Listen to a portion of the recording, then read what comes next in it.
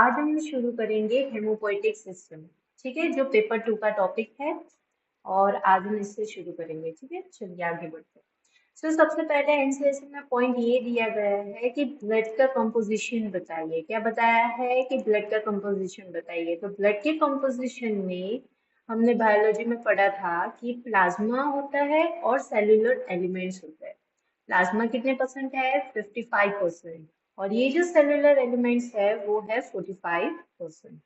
ठीक है, जो प्लाज्मा है वो 3 पार्ट में डिवाइड होगा, that was the water, protein and other ion. Water कितने परसेंट है? 90 to 92%। प्रोटीन कितना है? Albumin, globulin and fibrinogen. कौन सा है? Albumin, globulin and fibrinogen. ये 3 प्रोटीन इसमें प्रेजेंट रहते हैं और दूसरे जो बाकी आयंस होते हैं वो भी इसमें प्लाज्मा में प्रेजेंट रहते हैं। अब देखिए 45% जो सेलुलर एलिमेंट्स है वो कौन सा है? Red blood cell, white blood cells and platelets. ठीक है, ये सारे सेलुलर एलिमेंट्स है। अब आगे बढ़ते हैं। चलिए, सबसे पहले शुरू करते हैं आरबीसी से, मीन्स एरिथ्रोसाइट्स। आरबीसी को क्या कहेंगे? एरिथ्रोसाइट्स। अब देखिए ये सबसे abundant of all blood cells, मतलब कि सबसे ज्यादा पाए जाने वाले कौन से सेल्स है? अगर सेलुलर एलिमेंट्स में से देखें तो ब्लड सेल्स जो है उसमें से सबसे अबेंडेंट आरबीसीज है। वो कितने अमाउंट में है? तो 5 to 5.5 million of RBC MM cube. ये वाइवा में पूछते हैं। ठीक है, it didn't have a nucleus, मतलब कि आरबीसीज में न्यूक्लियस नहीं रहता। रेड पिगमेंट क्यों होती है? क्योंकि उसमें आयरन कंटेंट रहता है, इसकी वजह से इसमें रेड पिगमेंट प्रेजेंट रहती है। फिर बाइकॉनकेव इन शेप है, उसका शेप कौन सा है? बाइकॉनकेव। लाइफ स्पान आपको पता है कि 120 डेज है। और ये भी पता है कि graveyard of RBC, graveyard of RBC क्या है? ग्रेवयार्ड ऑफ आरबीसी है स्प्लीन। ठीक है, अब आगे बढ़ते हैं। चलिए, अब फंक्शन पे जाते हैं कि आरबीसी क्या क्या करती है। देखिए ब्लड हमारे पूरे बॉडी में फैला हुआ रहता है। ठीक है, तो अब ब्लड फैला हुआ रहता है तो ब्लड का फंक्शन देखिए कि ब्लड क्या करता है। कि जैसे कि अगर रेस्पिरेटरी सिस्टम का काम है तो वो वहां से क्या करेगा? O2 और CO2 का लेन देन करेगा। यहाँ पे वही ये देखिए, transport of O2 from lung to the tissues. मतलब कि जो ऑक्सीजन है वो लंग से टिश्यू तक पहुंचाने का काम किसका है? मान लीजिए ये मेरा लंग है, बहुत गद्दा से बना रही हूँ मैं। ये है मेरा लंग। यहाँ से कहाँ जाएगा? टिश्यूज पे जाएगा। ठीक है, ये क्या है? टिश्यूज है, ये लंग्स है। और ये कहाँ से जा रहा है? टिश्यूज। क्या? O2। ठीक है, अब किस फॉर्म में जा रहा है? तो जो हीमोग्लोबिन प्रेजेंट है आरबीसीज में वो ऑक्सीजन के साथ मिलके HbO2 मीन्स ऑक्सी हीमोग्लोबिन बनाएगा। ठीक है, और ये जो ट्रांसपोर्ट होता है वो 97% हमारी बॉडी में इसी फॉर्म में ट्रांसपोर्ट होता है, मीन्स ऑक्सी हीमोग्लोबिन के फॉर्म में ही ट्रांसपोर्ट होता है हमारी बॉडी में। ठीक है, now transport of CO2 from tissues to lung, मतलब कि टिश्यूज से लंग में क्या जा रहा है? CO2। ठीक है, तो उसमें कैसे रहेगा? देखिए कि जो हीमोग्लोबिन है वो CO2 के साथ मिलेगा, मीन्स कार्बोक्सी हीमोग्लोबिन बनाएगा। और वो 30% ट्रांसपोर्ट होगा किस फॉर्म में? कार्बोक्सी हीमोग्लोबिन के फॉर्म में। ठीक है, अब आगे बढ़ते हैं। फिर बफरिंग एक्शन करता है, जैसे कि हमने देखा था कि ब्लड में बफर एक्शन होती है। हमने buffering reaction, acid base balance हमने पढ़ा था, उसमें हमने ये देखा था कि ब्लड में भी बफर रिएक्शन होती है। तो ये बफरिंग एक्शन कैसे करेगा? तो bye regulating H plus concentration. जो H प्लस का कंसंट्रेशन है, H प्लस का लेन देन है, उसको रेगुलेट करेगा। वैसे करके बफर एक्शन ये शो करता है H प्लस को रेगुलेट करके। ठीक है, ब्लड ग्रुप डिटर्मिनेशन में हमें ये पता चलता है क्योंकि आरबीसी जो होती है, जो आरबीसी है वो ब्लड ग्रुप के एंटीजेंस को कैरी करती है। किसको कैरी करती है? एंटीजेंस। ये एंटीजेंस कहाँ पे प्रेजेंट होती है? ये बहुत अच्छा क्वेश्चन है कि WBC, RBC या प्लेटलेट्स। तो ये RBC पे प्रेजेंट होते हैं। तो A, B और RH फैक्टर्स जो उस पे प्रेजेंट होता है वो किससे पता चलता है? वो RBC से पता चलता है। ठीक है, अब चलिए आगे बढ़ते हैं। अब हमारा आता है WBC, that was the leukocytes. हम उसे क्या कहेंगे? ल्यूकोसाइट्स कहेंगे। अब उसके टाइप्स कितने हैं?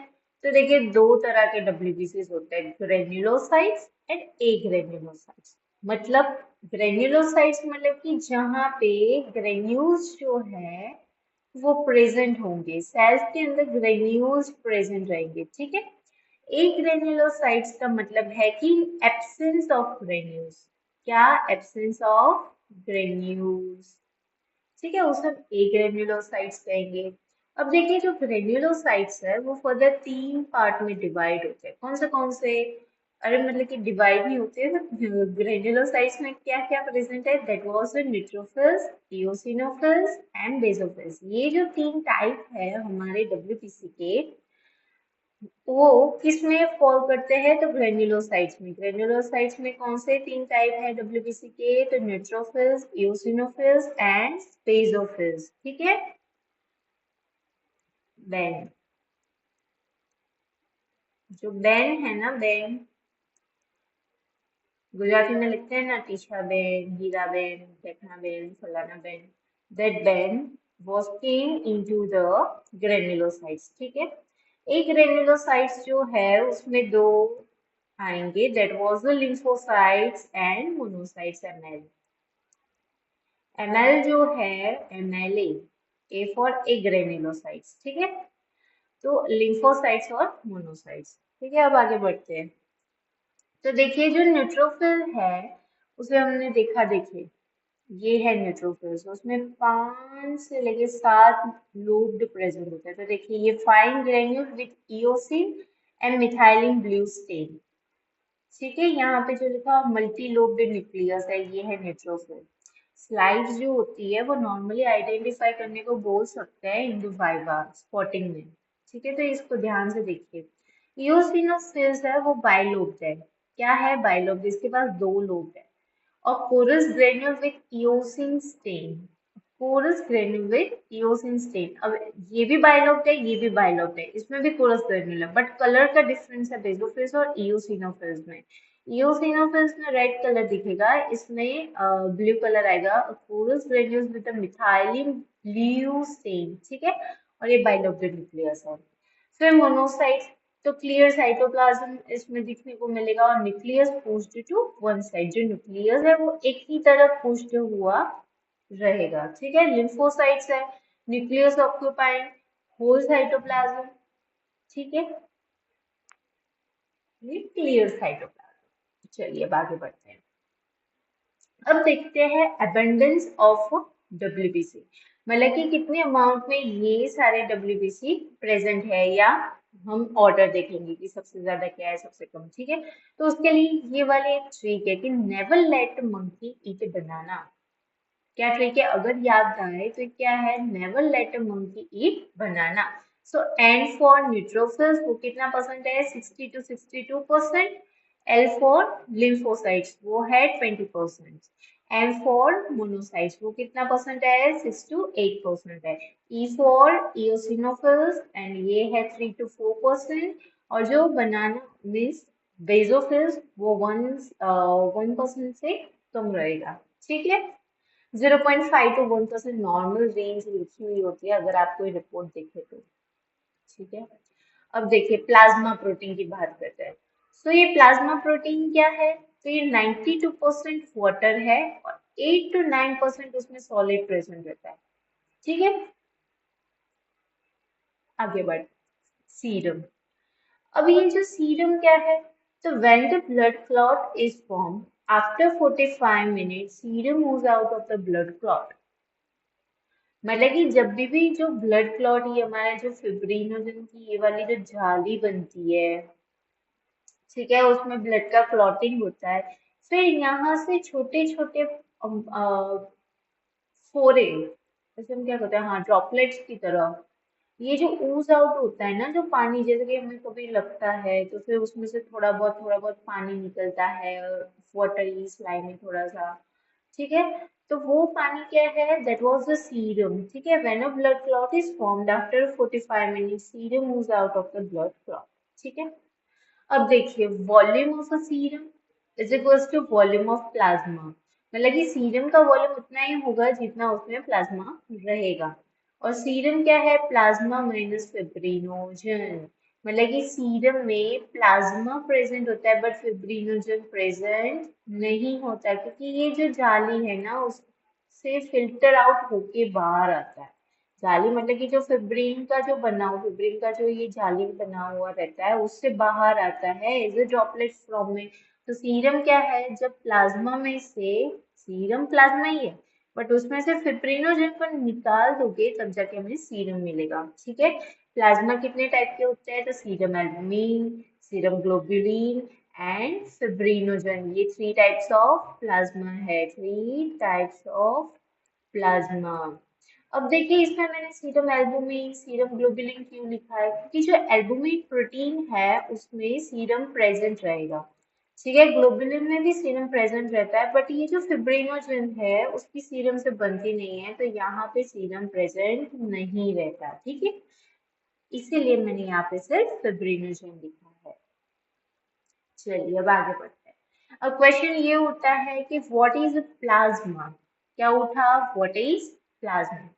तो देखिए, a liquid part of a blood when blood is allowed to stand for a 15 to 20 minutes, the clear supernatant liquid is called the plasma। मतलब कि मान लीजिए कि ये मैंने एक बीकर में ब्लड लिया है और उस ब्लड को मैं सुपरनेटेंट मतलब कि 15 से 20 मिनट तक ऐसे ही पड़े रहने देती हूँ। फिर ऊपर जो पानी आता है, पानी की एक परत आती है, उसे हम क्या कहेंगे? That was the plasma. ठीक है, उसे हम प्लाज्मा कहेंगे। ये कितने परसेंट है? 55% है, जो हमने आगे ही देखा। ऑर्गेनिक सब्सटेंसेस कौन से होते हैं? Carbohydrate, protein and fats. Inorganic substances कौन से होते हैं? Are ions, mean sodium, potassium and magnesium, ये सारे प्रेजेंट रहते हैं। ठीक है, चलिए अब आगे बढ़ते हैं प्लेटलेट्स के पास। किसके पास? हमने आगे बढ़ा प्लाज्मा, अभी क्या है? प्लेटलेट्स। Don't get confuse.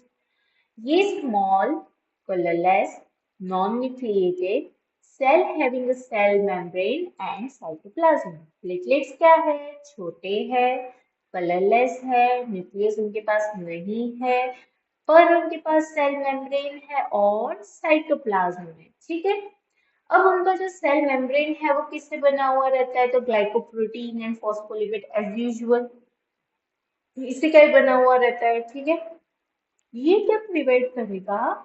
ये एडेशन जो है ना of a cell to vessel wall, उसको प्रिवेंट करेगा। Prevent adhesion of a cell to a vessel wall. ठीक है, नॉर्मल काउंट कितना होता है? 1.5 टू 2 lakhs पर mm3। ठीक है, अब आगे बढ़ते हैं। अब ये वाला टॉपिक आया, that was the formation of RBC and fate of RBC. Formation मतलब कि उसका आरबीसी फॉर्म कैसे होता है, फेट मतलब कि ये डिस्ट्रक्ट कैसे होता है। ठीक है, अब आगे देखते हैं। चलिए, तो सबसे पहले जितने भी सेल्स हमारे बॉडीज में है, whether it is WBC, platelet और आरबीसी, जो ब्लड सेल्स है, वो सबसे पहले जो मेन सेल्स है उससे ही बनता है। सब एक कॉमन सेल से ही ओरिजिनेट होता है, जैसे कि प्लूरिपोटेंट स्टेम सेल। कौन सा है? प्लूरिपोटेंट, या फिर उसे हम हेमोपोएटिक स्टेम सेल्स कहेंगे, या फिर अनकमीटेड स्टेम सेल्स। मीन्स ये जो है वो नॉर्मल फेज में रहेंगे फिर जाके डिवाइड करेंगे। ठीक है, तो वो जाके दो पार्ट में डिवाइड करता है, that was the common myeloid stem cells और लिम्फोइड स्टेम सेल्स। किसमें डिवाइड करते हैं? कॉमन माइलॉइड स्टेम सेल्स और लिम्फोइड स्टेम सेल्स। ठीक है, ये जो कॉमन माइलॉइड स्टेम सेल्स है वहां पे कॉलोनी फॉर्मिंग यूनिट में सीएफयू प्रेजेंट रहेंगे। ठीक है, ये फर्दर किसमें डिवाइड करते हैं? सीएफयू में। कौन से? तो CFU M, CFU E and CFU GM. ठीक है, इन सबका हम बाद में डिटेल में पढ़ेंगे, जैसे जैसे आएगा वैसे। देखिए मैं बता देती हूँ कि यहाँ पे जो है वो प्लेटलेट्स जो है इसे फॉर्म होंगे। फिर जो ये जीएम है वहां से हमें ल्यूकोसाइट्स मिलेंगे, मीन्स डब्ल्यूबीसी। डब्ल्यूबीसी का फॉर्मेशन होगा, और ये जो ईओसिनोफिल्स है वहां से हमें क्या मिलेगा? अरे इयोसिनोफिल्स क्या है, ई जो है उसमें हमें आरबीसी का फॉर्मेशन मिलेगा लिम्फोइड से, लिम्फोसाइट्स का फॉर्मेशन हमें मिलेगा, जो जो ये लिम्फोसाइट्स का एक पैटर्न है। ठीक है, आगे डिटेल में पढ़ेंगे। अभी हम एरिथ्रोपोइसिस पढ़ेंगे। Erythropoiesis means itself a formation of RBCs। क्या है erythropoiesis? It is a formation of RBCs। अब देखिए ये जो कॉलोनी फॉर्मिंग यूनिट ई है वो किस में कन्वर्ट होगा, तो प्रो एरिथ्रोब्लास्ट में कन्वर्ट हुआ। ठीक है, ये किस में कन्वर्ट हुआ, प्रो एरिथ्रोब्लास्ट, जो नॉर्मोब्लास्ट में कन्वर्ट होगा, जो नॉर्मोब्लास्ट है। फिर ये किस में कन्वर्ट हुआ, अर्ली नॉर्मोब्लास्ट में। किस में कन्वर्ट हुआ, प्रो एरिथ्रोब्लास्ट, वो अर्ली नॉर्मोब्लास्ट में कन्वर्ट हुआ। फिर कन्वर्ट हुआ इंटरमीडिएट नॉर्मोब्लास्ट, फिर कन्वर्ट हुआ लेट नॉर्मोब्लास्ट में, and then reticulocytes, and then formation of RBCs. तो देखिए ये जो है ना, मैं इसको हटा रही हूँ। ठीक है, ये शायद गलत है। अब देखिए जो ये कॉलोनी फॉर्मिंग यूनिट है, तो सबसे पहले प्रो इरिथ्रोब्लास्ट, फिर early normoblast, then intermediate normoblast, then late normoblast, फिर कन्वर्ट हुआ रेटिकुलोसाइट्स में, and then finally the formation of RBC. अब चलिए इसको थोड़ा डिटेल में पढ़ते हैं। तो देखिए कॉलोनी फॉर्मिंग यूनिट है ई, उससे हमने बनाया erythronormoblast, means pro normoblast and normoblast जो हमने बनाया था वो। अब देखिए इसे हम कहेंगे प्रो एरिथ्रोनॉर्मोब्लास्ट। अच्छा ये जो था, ये ये पूरा एक ही था, ये गलत नहीं था। प्रो एरिथ्रो नॉर्मोब्लास्ट, नॉर्मोब्लास्ट, ठीक है, वो कन्वर्ट होता है अर्ली नॉर्मोब्लास्ट में। ठीक है, सॉरी बाय मिस्टेक। प्रो एरिथ्रोनॉर्मोब्लास्ट जो मतलब कि ये जो है ये यहाँ पे बनेगा, ये कौन सी स्टेज है उसकी, प्रो एरिथ्रोनॉर्मोब्लास्ट की है। ठीक है, यहाँ पे बेसोफिलिक नॉर्मोब्लास्ट रहेगा। कौन सा, बेसोफिलिक, मतलब कि जो बेसिक कंटेंट यहाँ पे सबसे ज्यादा प्रेजेंट होता है, और ये क्या कहेंगे, ये बेसोफिलिक नॉर्मोब्लास्ट है। ठीक है, इसमें 2 से 3 न्यूक्लियस रहेंगे। स्टार्टिंग फेज में इसका जो साइज है वो 15 to 20 μm रहेगा। स्टार्टिंग फेज में इसका कितना साइज है, that was the 15 to 20 micrometre. अब देखिए due to the blue colour it is known as a basophilic because Hb is not present. मतलब कि ये जो प्रो एरिथ्रोनॉर्मोब्लास्ट है वो कौन से कलर का होगा, ब्लू कलर का होगा। कौन से कलर का, ब्लू कलर का, क्योंकि इसमें Hb प्रेजेंट नहीं है, और इसीलिए ये ब्लू कलर का है, इसीलिए ये कौन से फेज में रहेगा, it's known as a basophilic normoblast, मतलब कि बेसिक रहेगा, एसिडिक नहीं होगा। अब ये कन्वर्ट होता है अर्ली नॉर्मोब्लास्ट में, तब जाके उसकी साइज कितनी होती है, 70 to 20 मीटर। ठीक है, अब ये जो इंटरमीडिएट नॉर्मोब्लास्ट पे हम जाते हैं, तो इंटरमीडिएट नॉर्मोब्लास्ट पे उसकी साइज, आप साइज देख रहे हो, धीरे धीरे जो साइज है वो डिक्रीजिंग फेज पे जा रही है। ठीक है, मान लीजिए कि यहाँ पे 20 हो रही है, तो यहाँ से 17 के 20 के बीच में रहेगी, यहाँ पे 10 से 12 के बीच पे आ जाएगी। अब देखिए ये जो इंटरमीडिएट नॉर्मोब्लास्ट है वो बोथ है, that was a acidic and basic. क्या क्या है, it is an acidic and basic both. ठीक है, जो यहाँ पे प्रेजेंट है उसे हम क्या कहेंगे, पॉलीक्रोमोफिलिक नॉर्मोब्लास्ट। क्यों, क्योंकि यहाँ पे एसिडिक और बेसिक दोनों कंटेंट प्रेजेंट है, इसकी वजह से ये इंटरमीडिएट नॉर्मोब्लास्ट हम क्या कहेंगे, दैट वाज द पॉलीक्रोमोफिलिक नॉर्मोब्लास्ट। अब जाते हैं लेट नॉर्मोब्लास्ट के पास, तो इसे हम क्या कहते हैं, दैट वाज द ऑर्थोक्रोमोफिलिक नॉर्मोप्लास्ट। ठीक है, यहाँ पे जाके Hp कंटेंट सबसे ज्यादा होता है, इसीलिए वो एसिडिक में चेंज होता है। देखिए सबसे पहले बेसिक था, फिर यहाँ पे आके थोड़ा बहुत न्यूट्रल होता है, फिर यहाँ पे आके इंटरमीडिएट पे क्या करेगा, एसिड और बेस दोनों उसमें प्रेजेंट रहेंगे। फिर लेट नॉर्मोब्लास्ट के पास आता है तो वहां पे एसिडिक नेचर बढ़ जाएगा, क्योंकि जो Hb है वो बढ़ने लगेगा, मीन्स पैरस एंड ग्लोबुलिन ये दोनों साथ में बढ़ेंगे। ठीक है, अब आगे बढ़ते हैं। रेटिकुलोसाइट्स पे आते हैं। तो देखा मैंने कहा कि साइज धीरे धीरे कम होती है, तो 7 to 8 माइक्रोमीटर्स उसकी साइज रहेगी।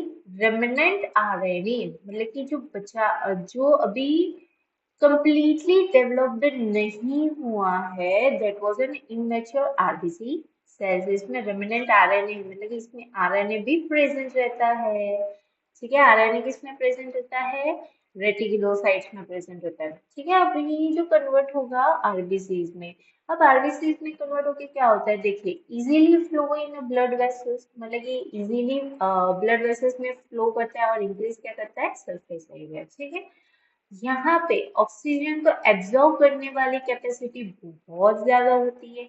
Disc dumbbell shape and biconcave structure. ठीक है, अब देखिए ड्यूरेशन ऑफ अ प्रोसेस मतलब कि कितना टाइम लेता है आरबीसी का फॉर्मेशन होने में। तो देखिए प्रो नॉर्मोब्लास्ट से रेटिकुलोसाइट्स तक फॉर्म होने में उनको 5 दिन लगते हैं, और रेटिकुलोसाइट्स से उसको कन्वर्ट होने में, आरबीसी में कन्वर्ट होने में उसको 2 दिन लगते हैं। तो टोटल कितना ड्यूरेशन हुआ? That was the 7 days। ठीक, अब आगे बढ़ते हैं। अब हमारा टॉपिक है that was then a fate of RBC. Fate मतलब कि आरबीसी का डिस्ट्रक्शन। तो देखिए आरबीसी जब डिस्ट्रक्ट होगा तो 2 पार्ट फॉर्म होंगे, that was the globulin and haemoglobin. ठीक है, ये जो ग्लोबुलिन है वो प्रोटीन पूल जो है, ग्लोबुलिन पूल जो है वहां पे जाएगा और इसका रीजनरेशन फिर से हो जाएगा, मतलब कि रीयूज जो हो जाएगा। ठीक है, ग्लोबुलिन की कहानी यहाँ पे खत्म होती है कि मतलब कि वो रीयूज हो जाता है। अब हीमोग्लोबिन की कहानी पे आते हैं, तो उस पे क्या होता है कि जो हीमोग्लोबिन है वो फर्दर 2 में टूटेगा। कौन सा? तो एक तो आयरन और एक प्रोफाइरिन जो है उसमें ब्रेक डाउन होगा। ठीक है, अब देखिए जो आयरन है वो एपोफेरेटिन के साथ मिलके फेरेटिन में कन्वर्ट हुआ। फेरेटिन में कन्वर्ट होके वो स्टोर्ड होगा और फिर रीयूज्ड हो जाएगा, मतलब कि Fe+2 फिर से रीयूज्ड हो जाएगा, क्योंकि हीमोग्लोबिन जब ब्रेक डाउन हुआ तब आयरन प्लस एपोफेरेटिन दोनों प्रेजेंट है। फिर उसमें से कन्वर्ट होने के बाद ये फेरेटिन में कन्वर्ट हुआ और फेरेटिन के फॉर्म में ये जो है वो स्टोर्ड होगा और रीयूज्ड हो जाएगा। ठीक है, अब प्रोफाइरिन के पास आता है। तो देखिए प्रोफाइरिन जो है वो कन्वर्ट होगा बिलिवर्डिन में, मतलब कि जो अनकॉन्जुगेटेड प्रोटीन है। ठीक है, बिलीवर्डिन पे वर्क करेगा बिलीरुबिन रिडक्टेज और ये फॉर्म करेगा बिलीरुबिन प्लस एल्बुमिन। ये कहाँ जाएगा? पोर्टल ब्लड पे जाएगा और फिर लीवर में एंट्री होगी। अब यहाँ पे 3 सिनेरियो बनते हैं, चलिए पीछे देखते हैं कि इस पे कौन से 3 सिनेरियो। अच्छा हमने जगह ही नहीं छोड़ी है, ठीक है चलिए यहाँ पे कर सकते हैं। ये जो लीवर है ना उसमें 3 सिनेरियो बनते हैं, मैं यहाँ पे नंबर 1 दे रही हूँ। ठीक है, सबसे पहले क्या होता है? रीअपटेक। क्या होता है? रीअपटेक। फिर दूसरा सिनेरियो क्या होता है कि convert convert to conjugated protein by action of glucuronic acid के एक्शन के माध्यम से ये कंजुगेटेड प्रोटीन में कन्वर्ट होता है। फिर तीसरा जो है वो है एक्सक्रीशन। अब देखिए ये जो एक्सक्रीशन वाला पार्ट है ना उसको हम जूम करके देखते हैं। तो एक्सक्रीट करना है तो वो बाइल पिगमेंट है bilirubin in the second part of duodenum से जाके, मतलब कि कहाँ रिलीज होगा? सबसे पहले तो ये जो बिलीरुबिन है ना वो कहाँ रिलीज होगा? तो सेकेंड पार्ट ऑफ ड्यूडेनम, वहां रिलीज होगा। फिर वो एक्सक्रीट 2 जगह से होता है, सबसे पहला किडनी से होगा and other is an large intestine. कहाँ से? लार्ज इंटेस्टाइन से। अब ये जो किडनी से रिलीज होता है वो किस फॉर्म में होता है? तो यूरिकोबिलिनोजन। किस फॉर्म में? यूरिकोबिलिनोजन, जो येलो कलर देगा, येलो कलर टू यूरिन, जो यूरिन को येलो कलर देता है। और जो ये लार्ज इंटेस्टाइन है वो किस फॉर्म में होगा, स्टार्कोबिलिनो नोजल। जो पॉटी है मीन्स स्टूल है उसको येलो कलर देगा, स्टूल को येलो कलर देगा। ठीक है, आई होप दैट कि आपको ये समझ में आ गया होगा। अब आगे बढ़ते हैं। अब देखिए, अब आता है formation of WBC. WBC WBC क्या कर रहे हैं, ये है डब्ल्यूबीसी। अब देखिए, कॉमन माइलेट स्टेम सेल्स जो हमने आगे ही कहानी पढ़ी कि मतलब कि प्लूरिपोटेंट है, उसमें से कॉमन माइलेट स्टेम सेल्स बनते हैं और लिम्फोइड सेल्स बनते हैं। फिर common myeloid stem cells further 3 में डिवाइड कर रहे थे। ठीक है, N E and G M में सी एफ यू लगा दीजिए, colony forming unit N E and G M. ठीक है, जो ये जी एम है उससे क्या बनेगा, डब्ल्यूबीसी में से यहाँ से इसे हम क्या कहेंगे, ल्यूकोपोएसिस, फॉर्मेशन ऑफ डब्ल्यूबीसी। तो देखिए इसमें क्या होता है कि जो ये जीएम है ना, ये फर्दर 2 पार्ट में डिवाइड करता है, that was the myeloblast and monoblast. ठीक है, ये जो माइलोब्लास्ट है वो कन्वर्ट होगा प्रोमाइलोसाइट्स में, ब्लास्ट किस में कन्वर्ट हुआ, साइट्स में। ये फट के सेल्स में कन्वर्ट हो गया। ठीक है, एक बड़ा सा गुच्छा था वो फट के छोटे छोटे सेल्स में कन्वर्ट हो गया। अब ये जो मोनोब्लास्ट है उसकी कहानी पहले सबसे निपटा देते हैं कि मोनोब्लास्ट है, सॉरी, मोनोब्लास्ट है तो वो किस में कन्वर्ट हुआ, प्रोमोनोसाइट्स में। प्रोमोनोसाइट्स किस में कन्वर्ट हो गए, मोनोसाइट्स में। ठीक है, इसकी कहानी डन है। अब इसकी कहानी निपटाते हैं। देखिए, ये जो प्रोमाइलोसाइट्स है ना वो फर्दर 3 पार्ट में तो डिवाइड नहीं करेंगे, बट ये देखिए उसके अंदर में कौन कौन से आते हैं, that was basophils, eosinophils and neutrophils. इनका 3 का अलग अलग फंक्शन चलेगा, ये जो प्रोमाइलोसाइट्स है ना उसका। तो देखिए जो बेसोफिल्स है, बी स्टैंड्स फॉर बेसोफिल्स। ठीक है, तो ये जो बेसोफिल प्रोमाइलोब्लास्ट है वो कन्वर्ट किस में होगा, बेसोफिलिक माइलोसाइट्स में। ठीक है, ये माइलोसाइट्स कन्वर्ट होगा बेसोफिलिक मेटामाइलोसाइट्स, फिर बनाएगा basophilic bands, and then finally हमें हमारा जो प्रोडक्ट है बेसोफिल वो हमें मिल जाएगा।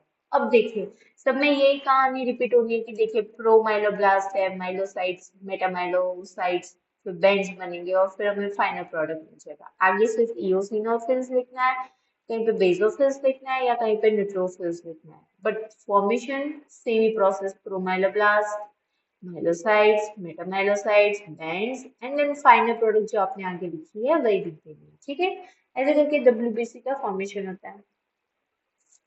हम लिम्फोसाइट्स का बाद में देखेंगे, पहले इसका देख लेते हैं। ठीक है, अभी ये देखिए ल्यूकोसाइट्स, ल्यूकोसाइट्स में माने कि डब्ल्यूबीसी ही होता है। अब ये देखिए कि ये कलरलेस और न्यूक्लिएटेड है। डब्ल्यूबीसी जो है वो कलरलेस है और न्यूक्लिएटेड, मतलब कि इसमें न्यूक्लियस प्रेजेंट रहता है। नॉर्मल काउंट इसका कितना होता है, 4k टू 11k। इसका नॉर्मल काउंट कितना है, that was 4k to 11k। अब देखिए जब ये 11,000 से ज्यादा होते हैं तब कौन सी कंडीशन कहता है, that was a leukocytosis. Means 11,000 से ज्यादा है और 4,000 से कम हो गए तो लिकोएपनिया। क्या कहेंगे, लिकोपनिया। और लिकोसाइटोसिस क्या टर्म है वो आपने देख लिया। ठीक है, अब देखिए टाइप्स ऑफ डब्ल्यूबीसी पे हम जाते हैं। तो सबसे पहला क्या आता है, न्यूट्रोफिल्स, जो हमने आगे भी देखे थे कि ग्रेन्युलोसाइट्स जो है उसमें बीईएन बैन आएगा, और ए ग्रेन्युलोसाइट्स है उसमें हमने एमएलए देखा था, ए स्टैंड्स फॉर ए ग्रेन्युलोसाइट्स पे एमएल आएगा। ठीक है, वैसे तो ये जो न्यूट्रोफिल्स है तो किसमें आता है, ग्रेन्युलोसाइट्स। अब देखिए it is acidic as well as basic as a stain. तो कैसे फॉर्म में होता है, एसिडिक भी होगा या तो बेसिक भी होगा। ठीक है, अब उसके फंक्शंस देखते हैं न्यूट्रोफिल्स के। तो मोड ऑफ एक्शंस में देखिए सबसे पहले क्या होता है कि इंफेक्शन ऑफ माइक्रो ऑर्गेनिज्म, मतलब कि कोई भी बॉडी है उसमें माइक्रो ऑर्गेनिज्म का इंफेक्शन हो चुका है। अब क्या होगा कि release of a neutrophils, infection होने के बाद न्यूट्रोफिल्स रिलीज होता है और फिर कौन सी एक्शन होती है, फेगोसाइटिक एक्शन। अब इसमें क्या होता है कि न्यूट्रोफिल्स जब रिलीज होता है तो कोई भी मान लीजिए कि छोटा सा माइक्रो ऑर्गेनिज्म है, तो ये सबसे पहले क्या करेगा, उसको एंगल्फ करेगा। क्या करेगा? एंगल्फ करेगा जो माइक्रो ऑर्गेनिज्म है उसको। फिर उसका फेगोसाइटोसिस करेगा। तो देखिए, neutrophil first engulf the micro organism and then destroy them. Okay. Main function इसका क्या है? तो फर्स्ट लाइन ऑफ डिफेंस। क्या फंक्शन है इसका main? That was the first line of defence. अब हम जाते हैं ईओसिनोफिल के पास। सो ये जो ईओसिनोफिल्स है वो कौन से फॉर्म में? उनकी एसिडिक स्टेन है। कौन सी स्टेन है इनकी? एसिडिक। अब इनके फंक्शंस पे जाते हैं तो फंक्शंस में क्या होता है कि increase in its number. Simple याद रख लीजिए कि जो ईओसिनोफिल्स है वो फेगोसाइट सॉरी फेगोसाइट्स नहीं, पैरासाइट इन्फेक्शन में आते हैं। इतना मेनली याद रख लीजिए कि इयोसिनोफिल है, अच्छा ये सॉरी पैरासाइटिक इन्फेक्शन है उसमें आएंगे। अब देखिए फंक्शन में थोड़ा बहुत डिटेल देते हैं कि increase in its number during the parasitic infection and also during asthma. मतलब कि अस्थमा और पैरासाइटिक इन्फेक्शन जब होता है तब इयोसिनोफिल्स अपने नंबर को बढ़ा देगा। अब आगे बढ़ते हैं। चलिए, जो यूसिनोफिल्स ग्रेन्यूल्स है वो प्रोड्यूस करेंगे साइटोटॉक्सिक एलिमेंट्स को टू डिस्ट्रॉय द पैरासाइट्स। मतलब कि पैरासाइट्स को डिस्ट्रॉय करने के लिए उनके पास कुछ तो होना चाहिए। तो वो कुछ क्या है? वो कुछ है that was the cytotoxic elements, right. अब ये जो साइटोटॉक्सिक एलिमेंट्स कौन कौन से ये रिलीज करता है? That was the eosinophilic peroxidase and eosinophil derived neurotoxin. ये दोनों ये रिलीज करेगा, राइट। अब बेसोफिलिक एक्शन पे जाते हैं तो बेसोफिलिक एक्शन में क्या है कि बेसोफिल बेस बेस। तो ये बेसिक डाई रहेगी, इसकी स्टेइंग कौन सी है? बेसिक है। इंपॉर्टेंट फंक्शन इसका क्या है? That was in the healing. इसका इंपॉर्टेंट फंक्शन क्या है बेसोफिल का? That was the healing. अब देखिए बेसोफिल क्या सिक्रेट करता है? ये सिक्रेट करता है हिपैरिन एंड साइटोकाइनिन। बेसोफिल क्या सिक्रेट करता है? एचसी, एचसीएच, जो भी आपको याद है। तो हेपेरिन और साइटोकाइनिन। तो हेपेरिन क्या है? हमने पहले भी पढ़ा है कि जो ब्लड होता है, हम जैसे कि ब्लड डोनेट करने जाते हैं तो उसमें हेपेरिन प्रेजेंट रहता है। तो जो ब्लड क्लॉटिंग है उसको प्रिवेंट करता है हेपेरिन, क्योंकि ये हमने पहले भी पढ़ा है। तो वही करता है, यहाँ पे भी वही करेगा, प्रिवेंट इंट्रावेस्कुलर ब्लड क्लॉटिंग। ठीक है। साइटोकाइनिन तो ये क्या करेगा? Accelerate inflammation and kills the invading organism. जो ऑर्गेनिज्म हमारे बॉडीज में आए हैं वो उसको किल करेगा by showing inflammation. Inflammatory reaction ये शो करता है visible due to the presence of IgE. जो ये इम्यूनोग्लोबुलिन है आईजीई, उसके प्रेजेंस में बेसोफिल इंपॉर्टेंट रोल प्ले करता है इन एलर्जिक और एक्यूट हाइपरसेंसिटिव रिएक्शन में। अब आगे बढ़ते हैं। Now it was about the monocytes. तो मोनोसाइट्स जो है वो लार्जर ल्यूकोसाइट्स है। जैसे कि हमने आगे पिक्चर में देखा था, बड़े से रहता है, न्यूक्लियस उनका कोने में घुसा हुआ रहता है और साइटोप्लाज्म बहुत ही क्लियर रहता है। ठीक है। तो ये लार्जर ल्यूकोसाइट्स है। फंक्शन क्या है?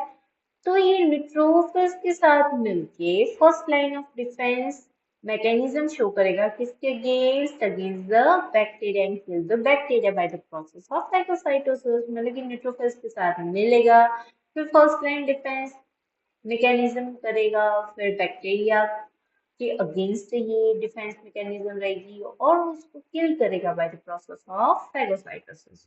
अब हम जाते हैं लिम्फोसाइट्स के पास। तो देखिए लिम्फोसाइट्स में क्या है कि अब इसमें हमें ज्यादा कुछ नहीं देखना है, इसमें सिर्फ इतना ही देखना है कि उसका फॉर्मेशन कैसे है। तो देखिए लिम्फोइड स्टेम सेल्स है, वो कन्वर्ट होंगे लिम्फोब्लास्ट में, फिर वो कन्वर्ट होगा प्रो लिम्फोसाइट्स। ये ब्लास्ट और साइट्स का सेम ही खेल है, लिम्फोब्लास्ट प्रो लिम्फोसाइट्स। ठीक है। अब ये डिवाइड करेंगे, that was the small and large. Pro lymphocytes है वो डिवाइड करके किसमें? Small lymphocytes and the large one. So small जो है उसे हम बनाए, उससे बनेगा B lymph and T lymph. मतलब कि B lymphoid body and T lymphoid body. ठीक है। और ये प्लाज्मा सेल्स बन गया। और जो लार्ज है उसमें डेंड्राइटिस लिम्फोइड बनेंगे। ठीक है। सो आज का हमारा लेक्चर यही तक है। Thank you for hearing me and I hope that कि आपको अच्छे से समझ में आया होगा। पढ़ते रहिए।